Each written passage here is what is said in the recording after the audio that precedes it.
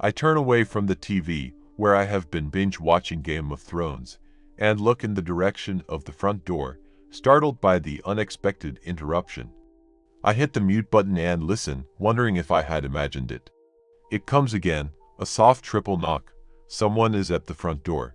I briefly wonder if maybe my parents came home early from the movies. It is their monthly date night, but I didn't hear their car pull up the driveway. Besides, they wouldn't knock on the door of their own house. Who the hell could be out there? It is the middle of the night. We live way out in the country, miles from the nearest neighbors, and I sure as hell wasn't expecting anyone. It comes a third time. Knock, knock, knock. I stand up from the couch and hesitantly approach the front door, feeling a little apprehensive. I am alone in the house. It is the middle of the night, and some mysterious person is outside the front door. Various grisly scenarios play through my mind, culled from a dozen or so home invasion horror movies I have seen. Suddenly I am acutely aware of just how isolated my family home is.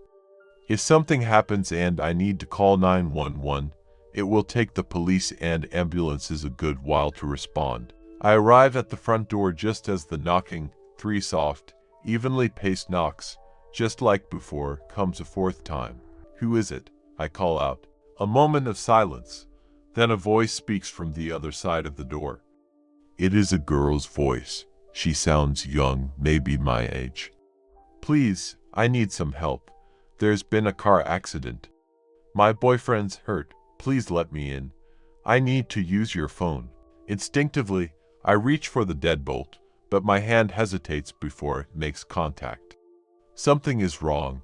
Her voice is too even, too calm, almost monotone.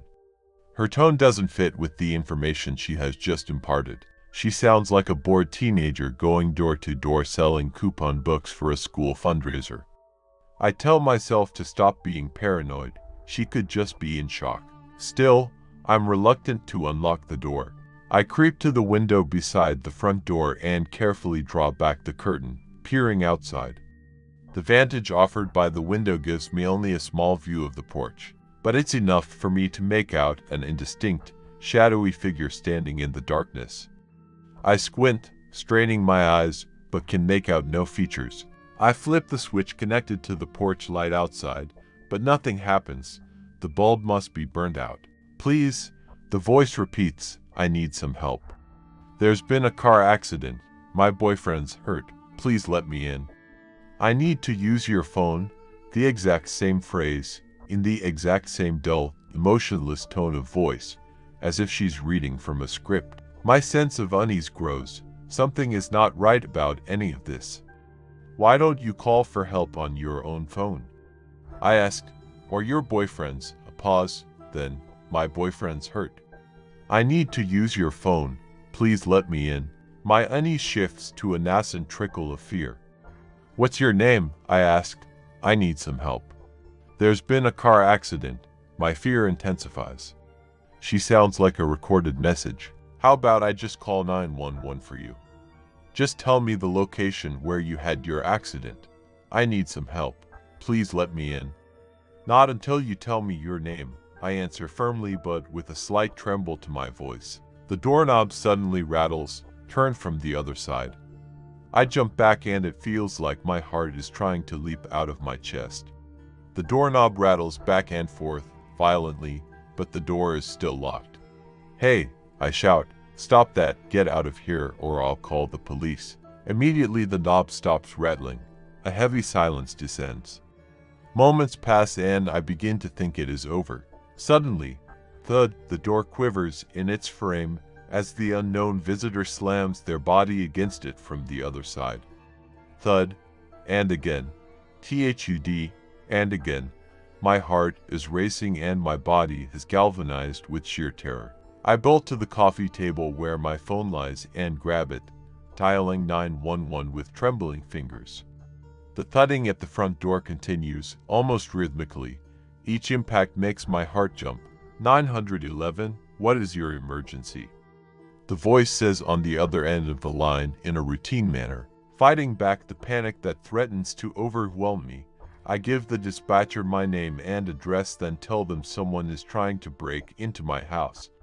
The dispatcher tells me officers are on their way and advises me to find a place to hide until they arrive. I don't need to be told twice. I sprint up the stairs to my room, slam the door, lock it, then duck into my closet and close the door. I huddle there in the dark, shaking. I can still hear the muffled, intermittent thuds at the front door below. An eternity seems to pass. Then I hear another sound off in the distance that causes relief to course through my body. Sirens, faint but getting louder as they approach. Abruptly the thudding stops. Silence for several minutes. Then a heavy pounding at the front door that almost makes me scream, but it is not the thudding I heard before. It is the sound of someone pounding heavily at the door in an official way. An authoritative voice booms up from below, bellowing, "Is anyone in there?" It's the police. I know I am safe now. I'm coming. I yell, leaving my hiding place and exiting my room, running down the hall and scrambling downstairs. I can see flashing red and blue lights through the window. As I approach the front door, I hear a man's slightly muffled voice mutter out loud in apparent bewilderment. What the fuck is this? I don't know if he's addressing this to his partner or just thinking out loud, and I don't care either way. I have enough presence of mind to say don't shoot. I'm the one who made the call before I turned the deadbolt and opened the door. My T-uniformed saviors stand on the porch. One of them looking at me, the other staring down at something on the porch with an expression of disgust, both of them seeming baffled.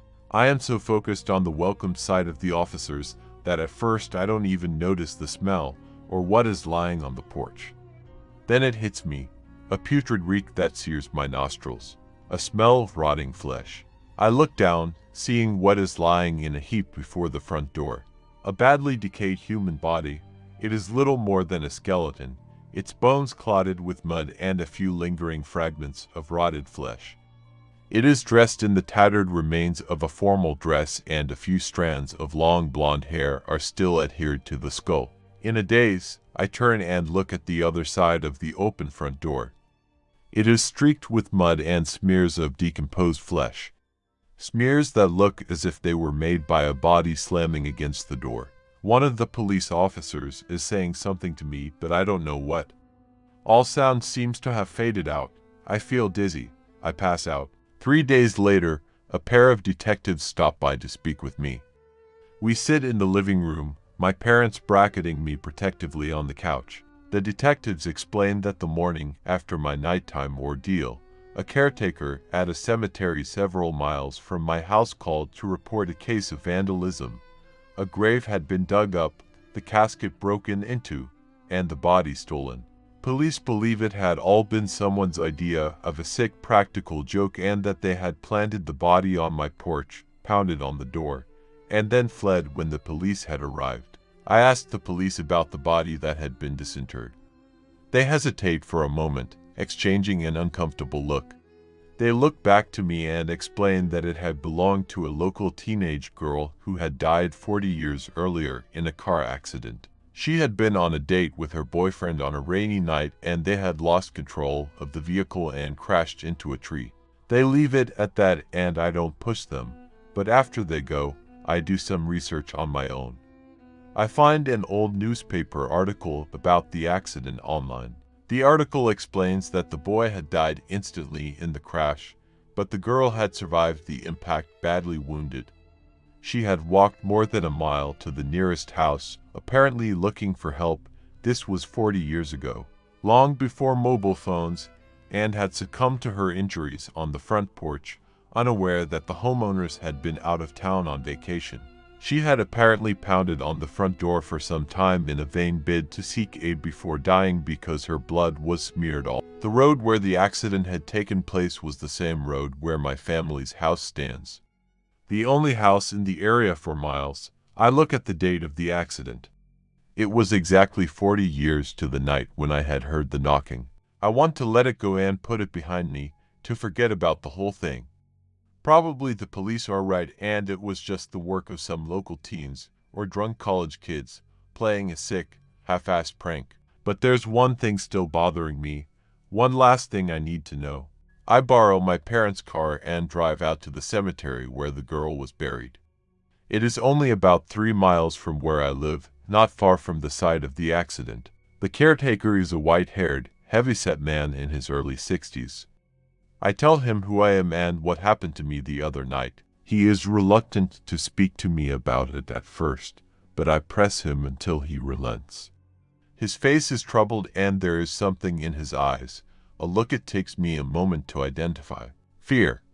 He explains that when he found the disturbed grave, it didn't appear to have been dug up from above. There were no shovel marks in the soil.